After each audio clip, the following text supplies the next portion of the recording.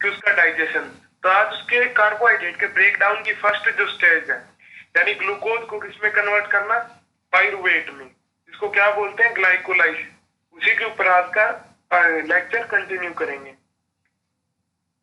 आज का लेक्चर शुरू करने से पहले एक बार क्या है, पीछे का लेक्चर रिवाइज कर लेते हैं। जो क्या था, कार्बोहाइड्रेट डाइजेशन, यानी जनरल जो डाइजेशन होता है ह्यूमन बॉडी के अंदर, वो।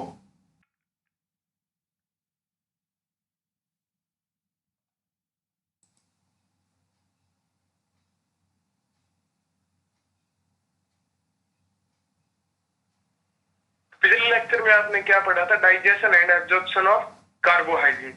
तो इसके अंदर पहली लाइन क्या है, the first stage of digestion carbohydrate take place in mouth when the food is chewing the saliva contain an enzyme called पिटाइलिन।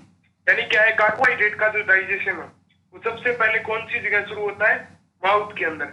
Mouth के अंदर जब अपन फूड को चबाते हैं या चेविंग करते हैं तो सलाइवा कंटेंट उसमें क्या है, मिक्स हो जाती है। और सलाइवा के अंदर कौन सा एंजाइम प्रेजेंट रहता है, पिटाइलिन।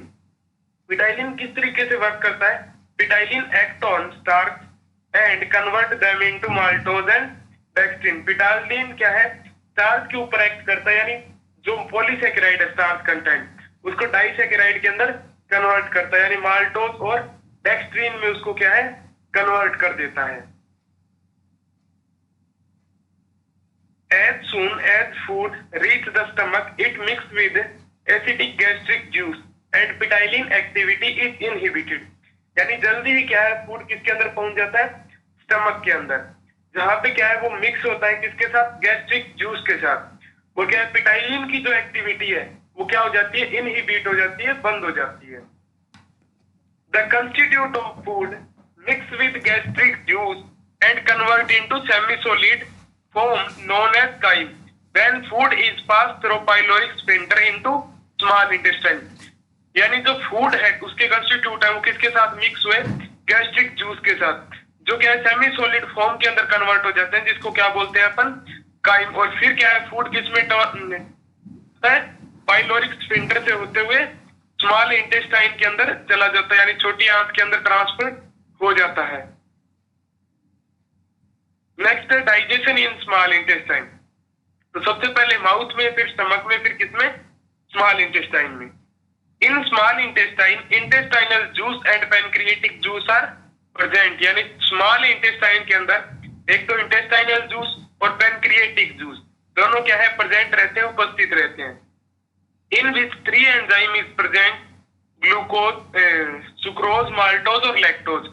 यानी स्मॉल इंटेस्टाइन में क्या है, 3 प्रकार के एंजाइम प्रेजेंट रहते हैं, एक तो सुक्रोज, माल्टोज और lactose. Next, as the food comes into small intestine 3 enzyme act on carbohydrate and complete the digestion by converting disaccharide into monosaccharide. यानी वो तीनों जो एंजाइम है वो क्या है, डाइसेकेराइड जो यूनिट है कार्बोहाइड्रेट की उसके ऊपर एक्ट करेंगे, उसका डाइजेशन करेंगे और उसको किसमें कन्वर्ट कर देंगे, मोनोसेकेराइड के अंदर उसको कन्वर्ट कर देंगे। Ultimate product of digestion of carbohydrate are glucose, fructose and galactose। यानी क्या है, उसका जो अल्टीमेट यानी सबसे इंपॉर्टेंट जो कंपोनेंट है कार्बोहाइड्रेट का, वो कौन सा फॉर्म होता है, फिर ग्लूकोज, फ्रक्टोज और गैलेक्टोज डाइजेशन से, जो कि क्या है, तीनों के तीनों मोनोसेकेराइड है। नीचे क्या है, रिएक्शन है जिसमें सुक्रोज किसमें कन्वर्ट हो रहा है, फ्रक्टोज में, माल्टोज किसमें कन्वर्ट हो जाता है, ग्लूकोज में, और लैक्टोज गैलेक्टोज में। एब्जॉर्प्शन ऑफ कार्बोहाइड्रेट, यानी उसको ऑब्जॉर्व कहां से किया जाता है, फिर glucose, fructose and galactose are directly absorb from small intestine and from here it deliver to the blood by portal circulation. यानी ग्लूकोज, फ्रक्टोज और गैलेक्टोज जो है वो डायरेक्टली क्या है, स्मॉल इंटेस्टाइन से ऑब्जर्व कर लिए जाते हैं, यानी ले लिए जाते हैं, और फ्रॉम हेयर यहां से it deliver to the blood, और ये किसमें डिलीवर कर दिए जाते हैं, यहां से एब्जॉर्ब करके ब्लड में, और किसके द्वारा, बाय पोर्टल सर्कुलेशन के द्वारा। Next, they reach to liver and store in liver and may be use when needed. यानी फिर क्या है, वो किसमें पहुंच जाते हैं, लीवर के अंदर। और क्या है, लीवर के अंदर जो फूड के कंपोनेंट है जैसे ग्लूकोज वगैरह है वो सारे स्टोर हो जाते हैं। और जब इनकी क्या है ह्यूमन बॉडी को आवश्यकता होती है, एनर्जी की रिक्वायरमेंट होती है, तब इनको क्या है काम में ले लिया जाता है। Next, some glucose may remain in circulatory blood to maintain normal blood glucose level। यानी कुछ क्वांटिटी, कुछ मात्रा क्या है ग्लूकोज की किसमें प्रेजेंट रहती है, ब्लड के अंदर, जो क्या है ब्लड के ग्लूकोज लेवल को क्या है नॉर्मली मेंटेन करती है। नेक्स्ट है insulin is hormone for this changes. और जो ग्लूकोज ग्लाइकोजन में स्टोरेज होता है, उस चीज के लिए कौन सा हार्मोन रिस्पॉन्सिबल है, इंसुलिन हार्मोन रिस्पॉन्सिबल है इन सब चेंजेस के लिए। Next, catabolism. Those biochemical reaction that break down complex organic molecule into small molecule are collectively known as catabolism। यानी those chemical reaction, ऐसी chemical reaction that break down, जो क्या है तोड़ देती है किसको, complex organic molecule को, यानी बड़े कार्बनिक molecule को तोड़ती किसमें, into small molecule यानी छोटे कार्बनिक molecule में, are collectively known as catabolism। और इसी पूरे प्रोसीजर को क्या बोलते हैं, कैटाबोलिज्म बोलते हैं। यानी किसी बड़े मॉलिक्यूल को छोटे मॉलिक्यूल्स में तोड़ने का जो प्रोसीजर है वही क्या है, कैटाबोलिज्म है। नेक्स्ट है एनाबोलिज्म। कैटाबोलिज्म मीन्स किसी चीज का टूटना, एनाबोलिज्म मीन्स बनना। Chemical reaction that combined simple molecule to form the large molecule are collectively known as anabolism. यानी ऐसे केमिकल कंपाउंड जो एक दूसरे के साथ अटैच होके क्या है लार्ज मॉलिक्यूल बनाते हैं, उसको क्या बोलते हैं, एनाबोलिज्म। यानी छोटे छोटे सिंपल कंपाउंड एक दूसरे के साथ अटैच होके क्या बना लेते हैं, बड़ा कंपाउंड बना लेते हैं। और ये कंपाउंड बनने की जो मॉलिक्यूल बनने का जो प्रोसीजर उसी को क्या बोलते हैं, एनाबोलिज्म बोलते हैं। इसका एग्जाम्पल क्या है, जैसे ग्लूकोज की सब यूनिट्स अटैच होके क्या बना देती है, ग्लाइकोजन बना देती है। नेक्स्ट है carbohydrate catabolism. The oxidation of glucose to produce ATP is also known as cellular respiration. यानी किस चीज का ऑक्सीडेशन, ग्लूकोज का ऑक्सीडेशन। और टू प्रोड्यूस एटीपी यानी किस चीज को फॉर्म करने के लिए, एटीपी यानी एनर्जी की यूनिट है, एडिनोसिन ट्राइफॉस्फेट। तो क्या है एनर्जी को फॉर्म करने के लिए क्या है करते हैं कार्बोहाइड्रेट का कैटाबोलिज्म। और इसको क्या बोलते हैं, इस प्रोसीजर को, ग्लूकोज के ऑक्सीडेशन को सेलुलर रेस्पिरेशन यानी सेल्स के द्वारा respiration. Next, glucose is break down in body giving energy and carbohydrate. Glucose क्या है टूटता है, ब्रेक डाउन होता है ह्यूमन बॉडी में, वो क्या है एक तो एनर्जी प्रोवाइड करवाता है और दूसरा क्या है कार्बन डाइऑक्साइड के मॉलिक्यूल्स रिलीज करता है। Next, catabolism of glucose occur in series of steps with a little energy being released at each step। यानी क्या है ग्लूकोज का जो कैटाबोलिज्म है वो क्या है प्रत्येक छोटा छोटा जो स्टेप है वो क्या है थोड़ी थोड़ी एनर्जी रिलीज करता है प्रत्येक स्टेप के ऊपर। Total number of ATP molecule which may be generated from complete breakdown of one molecule of glucose is 38 ATP। यानी एक ग्लूकोज का जो मॉलिक्यूल है जिसका ब्रेक डाउन करोगे कितने एटीपी फॉर्म होगी आपके पास, 38 ATP. In human body glucose can be obtain from. यानी ह्यूमन बॉडी में अपन ग्लूकोज कौन सी चीजों से ले सकते हैं, तो एक द डाइजेशन ऑफ कार्बोहाइड्रेट। यानी सबसे पहले फूड के अंदर जो स्टार्च है उसको ब्रेक डाउन करेंगे, स्टार्च पॉलीसेकेराइड है, फिर उसको डाइसेकेराइड में, और डाइसेकेराइड को किसको, इसमें मोनोसेकेराइड में। दूसरा फ्रॉम ग्लाइकोजन ब्रेक डाउन, यानी जो ग्लूकोज आपके लीवर के अंदर ह्यूमन बॉडी में ग्लाइकोजन के रूप में स्टोरेज होता है, उसकी जब एनर्जी की आवश्यकता होती है तो उसको किस में कन्वर्ट कर लिया जाता है, वापस ग्लूकोज में। और तीसरा क्या है फ्रॉम ग्लूकोनियोजेनेसिस, यानी नॉन कार्बोहाइड्रेट सब्सटेंस से क्या है ग्लूकोज को जनरेट करना, जैसे लैक्टेट पाइरुवेट से।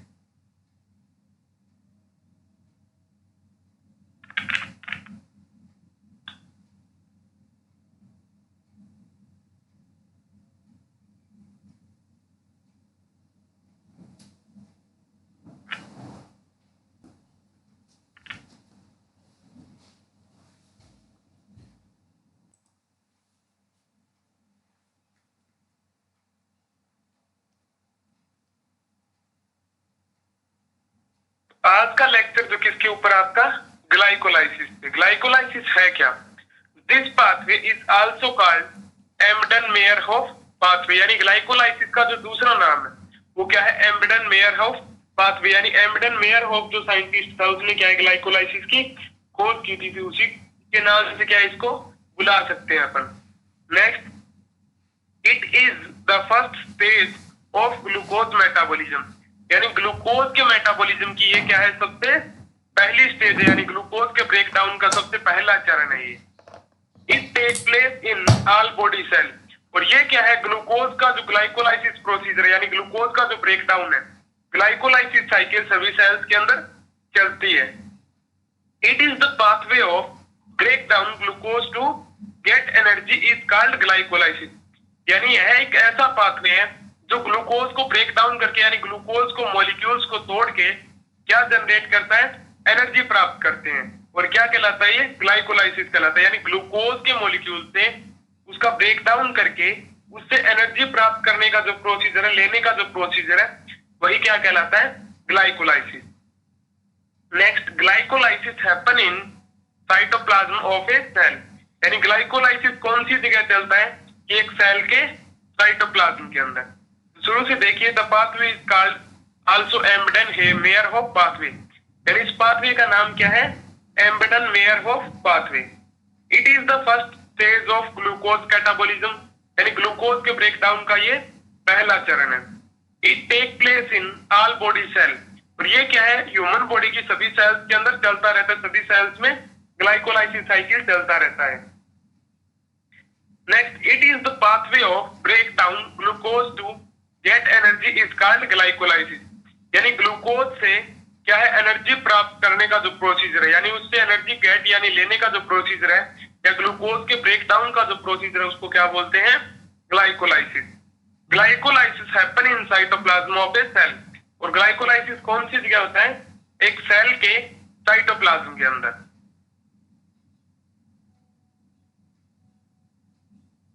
Next, glycolysis is a process that in glucose is converted into pyruvate, यानी ग्लाइकोलाइसिस एक ऐसा प्रोसीजर है जिसमें ग्लूकोज का मॉलिक्यूल किसमें कन्वर्ट होता है? पाइरुवेट में, यानी पाइरुविक एसिड के अंदर। Next, glucose is converted into pyruvate या pyruvic acid. Next, total number of ATP which may be generated in glycolysis is 10 ATP, but 2 ATP are used so that 8 ATP are formed in glycolysis, यानी glycolysis के अंदर total ATP कितनी generate होती है?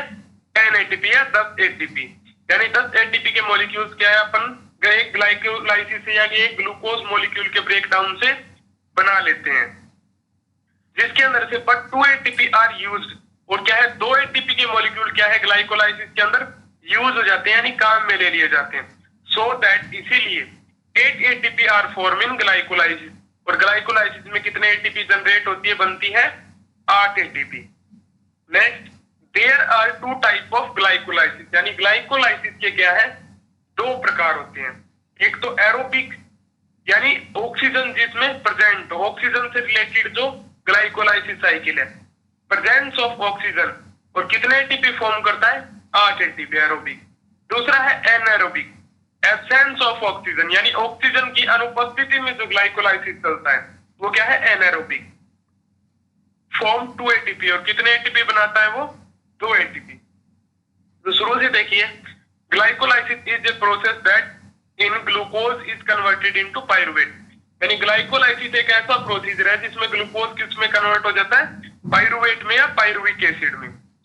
Total number of ATP which may be generate in glycolysis is 10, यानी कुल ATP कितनी generate होती है ग्लाइकोलाइसिस में? 10 ATP, but 2 ATP are use, और जिसमें से 2 एटीपी के मॉलिक्यूल क्या है? काम में ले लिए जाते हैं। सो दैट इसीलिए 8 ATP are form in glycolysis, और इसीलिए क्या है? 8 एटीपी के मॉलिक्यूल क्या है? ग्लाइकोलाइसिस में फॉर्म होते हैं। There are 2 type of glycolysis, यानी ग्लाइकोलाइसिस के कितने प्रकार हैं? एक तो एरोबिक, यानी जो ऑक्सीजन की उपस्थिति के अंदर क्या है? प्रेजेंस ऑफ ऑक्सीजन में क्या है? जो ग्लूकोज का ब्रेकडाउन होता है वो कितने एटीपी जनरेट करता है? 8 एटीपी। दूसरा है एनारोबिक यानी एब्सेंस ऑफ ऑक्सीजन, यानी ऑक्सीजन की अनुपस्थिति में जो ग्लूकोज का ब्रेक डाउन होता है वो कितने एटीपी, 2 एटीपी जनरेट करता है। नेक्स्ट है ग्लाइकोलाइसिस पाथवे, यानी ग्लूकोज का जो ब्रेक डाउन होता है, यानी ग्लूकोज है वो पायरूवेट के अंदर कौन से पाथवे से कन्वर्ट होता है, कौन सी उसमें स्टेजेस आती हैं। तो सबसे पहले देखिए फर्स्ट जो स्टेज है, यानी इसके अंदर क्या है, ग्लूकोज का मॉलिक्यूल प्रेजेंट है सेल के साइटोप्लाज्म में। तो ग्लूकोज का मॉलिक्यूल किस में कन्वर्ट होता है, सबसे पहले आपको ओनली ग्लाइकोलाइसिस देखनी है यहाँ पे। तो ग्लूकोज का मॉलिक्यूल किस में कन्वर्ट हो रहा है, ग्लूकोज 6 फॉस्फेट के अंदर, यानी एक फॉस्फेट का मॉलिक्यूल क्या है, ग्लूकोज के छठे कार्बन के ऊपर अटैच हो गया, तो इसीलिए क्या बोल दिया इसको, ग्लूकोज 6 फॉस्फेट। आपको पता है ग्लूकोज के मॉलिक्यूल में 6 कार्बन के एटम्स क्या है, प्रेजेंट होते हैं टोटल। तो छठे कार्बन पे क्या अटैच होगी, फॉस्फेट, तो इसीलिए इसका नाम क्या हो गया, ग्लूकोज का मॉलिक्यूल किस में कन्वर्ट हुआ, ग्लूकोज 6 फॉस्फेट में। इसके लिए एंजाइम कौन सा काम में आया, हेक्सोकाइनेज, जो क्या है हेक्सोकाइनेज एंजाइम्स की प्रेजेंस में ग्लूकोज किस में कन्वर्ट हो गया, ग्लूकोज 6 फॉस्फेट में। नेक्स्ट ग्लूकोज 6 फॉस्फेट फिर किस में कन्वर्ट हुआ, सेकंड स्टेप में फ्रक्टोज 6 फॉस्फेट में, यानी ग्लूकोज का जो आइसोमेराइजेशन हो गया, यानी ग्लूकोज के सिमिलर जो शुगर है उसको क्या यहाँ पे काम में ले लिया, यानी ग्लूकोज का जो आइसोमर है उसमें कन्वर्ट हो गया। तो एंजाइम क्या काम में है यहाँ पे, फोस्फोहेक्सोज आइसोमरेज, यानी आइसोमरेज एंजाइम्स की प्रेजेंट में ग्लूकोज 6 फॉस्फेट किस में कन्वर्ट हो जाता है, फिर फ्रक्टोज 6 फॉस्फेट में। फिर फ्रक्टोज 6 फॉस्फेट किस में कन्वर्ट हो जाता है, फ्रक्टोज 1,6 फॉस्फेट में, 1,6 बिस फॉस्फेट में। एंजाइम क्या काम में आता है, फोस्फोफ्रक्टोकाइनेज, यानी ग्लूकोज 6 फॉस्फेट फोस्फोफ्रक्टोकाइनेज एंजाइम की प्रेजेंस में फ्रक्टोज 1,6 बिस फॉस्फेट में कन्वर्ट हो जाता है, यानी फ्रक्टोज के अंदर पहले और छठे कार्बन के ऊपर क्या अटैच हो गया, फॉस्फेट अटैच हो गया। फिर क्या है, फ्रक्टोज 1,6 फॉस्फेट किस में कन्वर्ट होता है, 2 मॉलिक्यूल के अंदर, यानी यहाँ पे क्या है, एक एल्डोलेज एंजाइम आता है जो फ्रक्टोज 1,6 फॉस्फेट का क्या है, ब्रेक डाउन कर देता है, उसको कन्वर्ट कर देता है 2 मॉलिक्यूल में। तो पहला मॉलिक्यूल क्या है, डाईहाइड्रोक्सी एसीटोन 3 फॉस्फेट होता है, यानी तीसरे कार्बन के ऊपर क्या है, यहाँ पे फॉस्फेट होता है। एंजाइम कौन सा है, एल्डोलेज। और दूसरा मॉलिक्यूल क्या है, डाईहाइड्रोक्सी एसीटोन फॉस्फेट, यानी क्या है, डाईहाइड्रोक्सी एसीटोन फॉस्फेट है, यहाँ पे तो एसीटोन दिखाया गया है, या फिर डाईहाइड्रोक्सी एल्डिहाइड भी बोल सकते हैं, या ग्लिसरॉल्डिहाइड भी, यानी ये दोनों क्या एक दूसरे के आइसोमर्स हैं। तो यहाँ पे एंजाइम कौन सा काम में आता है कि fructose 1,6 bis phosphate aldolase enzymes की प्रेजेंस में 2 मॉलिक्यूल जनरेट कर लेता है, किसके, डाईहाइड्रोक्सी एसीटोन 3 फॉस्फेट के या फिर ग्लिसरॉल्डिहाइड 3 फॉस्फेट के। और ये दोनों क्या है, डाईहाइड्रोक्सी एसीटोन फॉस्फेट और ग्लिसरॉल्डिहाइड 3 फॉस्फेट क्या है, आइसोमर्स है, यानी एक दूसरे के सिमिलर है, इसलिए क्या है यहाँ पे डाईहाइड्रोक्सी एसीटोन फॉस्फेट दिखाया गया है। फिर क्या है, डाईहाइड्रोक्सी एसीटोन फॉस्फेट किसमें कन्वर्ट होता है, ग्लिसरॉल्डिहाइड 3 फॉस्फेट के अंदर, किसके अंदर कन्वर्ट होता है, ग्लिसरॉल्डिहाइड 3 फॉस्फेट के अंदर। एंजाइम कौन सा काम में आता है, ट्राइओस्फॉस्फेट आइसोमरेज, ये तो ऊपर। फिर क्या है कि ग्लिसरॉल्डिहाइड फॉस्फेट डिहाइड्रोजिनेज, ठीक है। फिर क्या है, ग्लिसरॉल्डिहाइड 3 फॉस्फेट के अंदर क्या है, ये दोनों आइसोमर्स हो गए, दोनों मॉलिक्यूल, ठीक है, डाईहाइड्रोक्सी एसीटोन फॉस्फेट के, जिससे मॉलिक्यूल कितने बन गए, ग्लिसरॉल्डिहाइड 3 फॉस्फेट के 2 मॉलिक्यूल बन गए। तो डाईहाइड्रोक्सी एसीटोन फॉस्फेट के भी 2 मॉलिक्यूल थे, लेकिन अपन क्या है, एक बार यहाँ से ग्लिसरॉल्डिहाइड 3 फॉस्फेट का एक मॉलिक्यूल लेते हैं।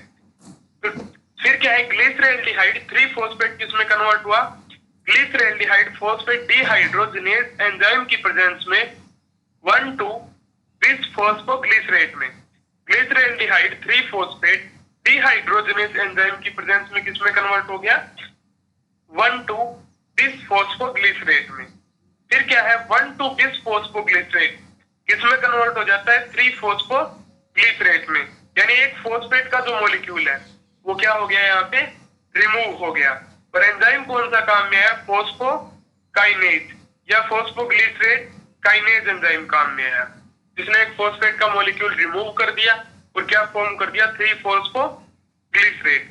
फिर 3-फॉस्फोग्लिसरेट किस में कन्वर्ट हुआ, 2-फॉस्फोग्लिसरेट में। यानी जो कार्बन के तीसरे कार्बन पे जो फॉस्फेट थी वो कौन से कार्बन पे आ गई, दूसरे कार्बन पे। एंजाइम कौन सा काम में आता है, यहाँ पे म्यूटेज। और आपको पता है म्यूटेशन का मतलब होता है परिवर्तन किसी चीज का। और फिर 2-फॉस्फोग्लिसरेट किस में कन्वर्ट होता है, फॉस्फोइनोल पाइरुवेट में, जिसके लिए एंजाइम कौन सा काम में आता है, इनोलेज। और फिर फॉस्फोइनोल पाइरुवेट किस में कन्वर्ट हो जाता है, पाइरुवेट में। और एंजाइम कौन सा काम में आता है, पाइरुवेट काइनेज एंजाइम काम में आता है। ठीक है, तो आपने क्या है, एक मॉलिक्यूल से ग्लिसरॉल्डिहाइड 3-फॉस्फेट के एक मॉलिक्यूल से कितने पाइरुवेट बनाया, एक पाइरुवेट। तो आपके पास मॉलिक्यूल कितने हैं ग्लिसरॉल्डिहाइड फॉस्फेट के, टोटल 2 मॉलिक्यूल है। 2 से कितने पाइरुवेट बनेंगे, 2 पाइरुवेट बनेंगे। यानी एक ग्लूकोज के मॉलिक्यूल से टोटल 2 पाइरुवेट बनते हैं सेल के अंदर। तो शुरू से एक बार दोबारा देखिए, ग्लूकोज किस में कन्वर्ट होता है, ग्लूकोज 6-फॉस्फेट में। एंजाइम काम में आता है हेक्सोकाइनेज। फिर ग्लूकोज 6-फॉस्फेट किस में कन्वर्ट होता है, फ्रक्टोज 6-फॉस्फेट में। एंजाइम काम में आता है फॉस्फोहेक्सो आइसोमरेज यानी आइसोमेरिजाइजेशन। फिर फ्रक्टोज 6-फॉस्फेट किस में कन्वर्ट होता है, फ्रक्टोज 1,6-बिसफॉस्फेट में, जिसके लिए एंजाइम काम में आता है फॉस्फोफ्रक्टोकाइनेज।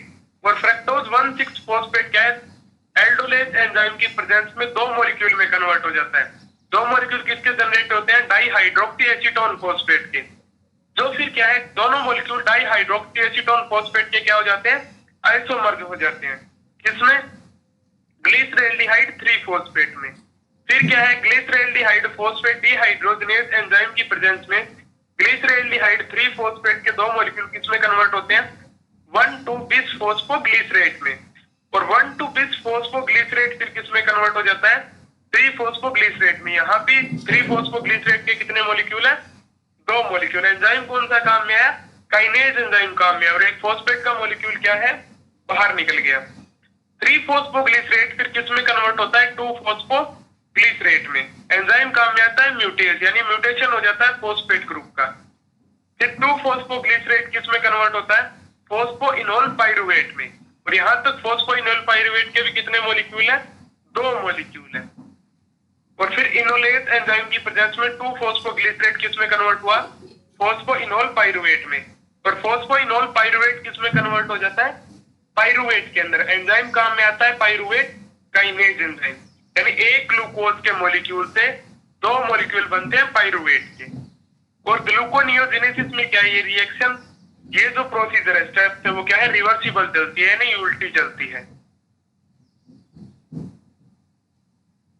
नेक्स्ट क्या है, पहले तो क्या है, पहले के चार्ट में क्या है, स्टेप्स में आपको एनर्जी के मॉलिक्यूल नहीं बताए गए थे कि कौन से मॉलिक्यूल में कौन से स्टेप में कितनी एनर्जी जनरेट होती है, काम में ली जाती है। तो सबसे पहले देखिए ग्लूकोज किस में कन्वर्ट हो रहा है, ग्लूकोज 6-फॉस्फेट में।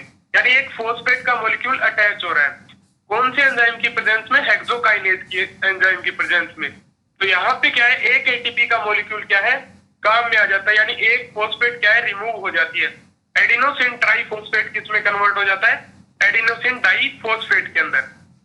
ये क्या है, इरिवर्सिबल रिएक्शन है, यानी वापस नहीं हो सकती, क्योंकि इसमें क्या है, दो एटीपी का मॉलिक्यूल यूटिलाइज हो रहा है, काम में लिया जा रहा है।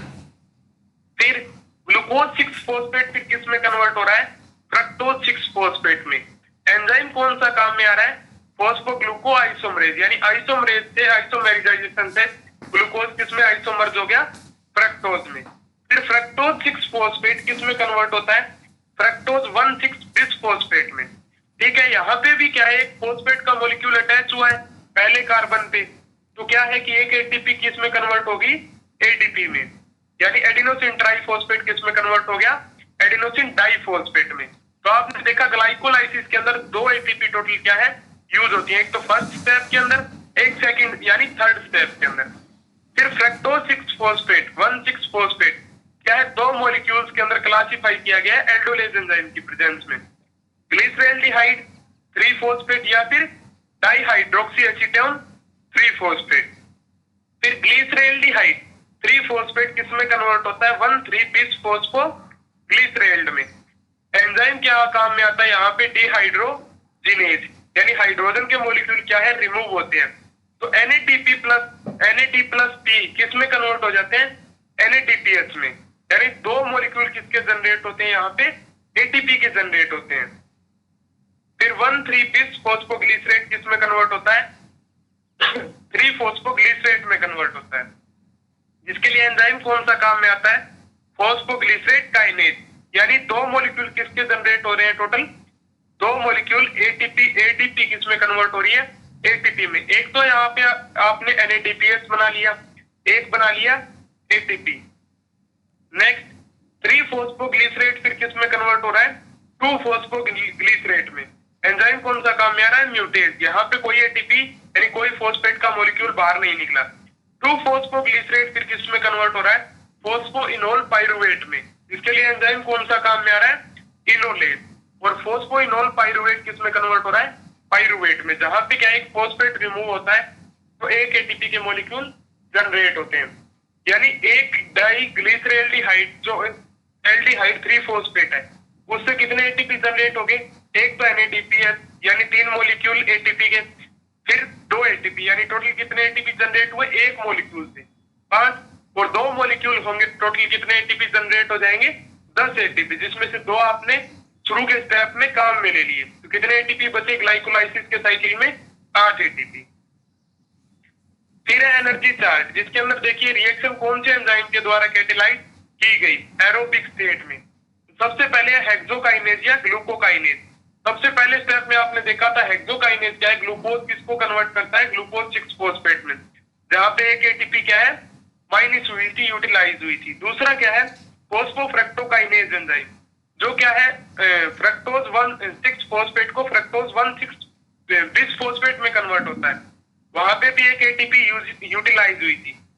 दूसरा ग्लिसरेल्डिहाइड 3-फॉस्फोडिहाइड्रोजिनेज एंजाइम, जिसके अंदर क्या है ग्लिसरेल्डिहाइड 3-फॉस्फेट किस में कन्वर्ट हुआ था, 1,3-बिस-फॉस्फोग्लिसरेट में, जहां पे क्या है एक ATP का मॉलिक्यूल जनरेट होता है एक साइकिल से, एक ग्लिसरेल्डिहाइड से। और टोटल ग्लिसरेल्डिहाइड के मॉलिक्यूल कितने हैं, 2। तो टोटल ATP के मॉलिक्यूल कितने जनरेट हुए, 2। तो टोटल ATP कितनी बन गई, 6। फिर फॉस्फोग्लिसरेट काइनेज एंजाइम, जिसकी प्रेजेंस में क्या है एक ATP जनरेट होती है एक साइकिल में, टोटल 2 साइकिल चलती हैं, दूसरे में कितने, 2 मॉलिक्यूल।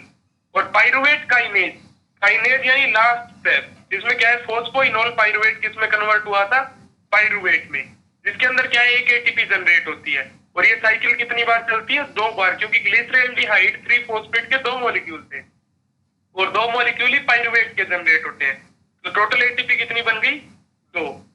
तो इसलिए क्या है 6 + 2 + 2 यानी 10 ATP है, जिसमें से 2 क्या कर दी, माइनस कर दी। तो टोटल ATP कितनी बची आपकी, 8 ATP ग्लाइकोलाइसिस में। नेक्स्ट एनर्जेटिक में हर एक मॉलिक्यूल ग्लूकोज से आप कितने ATP जनरेट करते हो, NADPH से 2 ATP। तो टोटल ATP कितनी जनरेट हुई, 5 ATP जनरेट हुई ग्लाइकोलाइसिस से। और 2 मॉलिक्यूल पाइरुवेट है तो टोटल ATP कितनी जनरेट हो गई, 10। और 2 ATP मॉलिक्यूल यूटिलाइज हो गई यानी काम में ले लिया आपने ग्लाइकोलाइसिस में। Total ATP molecule is remaining in glycolysis, यानी 8 ATP जो है वो क्या है ग्लाइकोलाइसिस के अंदर जनरेट हुई है।